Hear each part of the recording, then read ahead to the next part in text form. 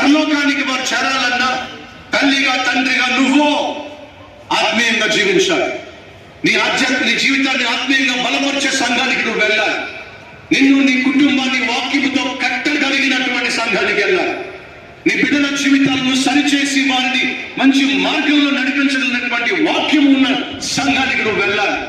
తల్లిగా తండ్రిగా నువ్వేమైతే చెప్పుకోలేవో చెప్పలేవో కల్వరి టెంపుల్లో సూటిగా స్పష్టంగా మీ బిడ్డలకు కావలసిన వాక్యము చెప్పేటటువంటి దేవుని వాక్యం ఇక్కడ ఉంది.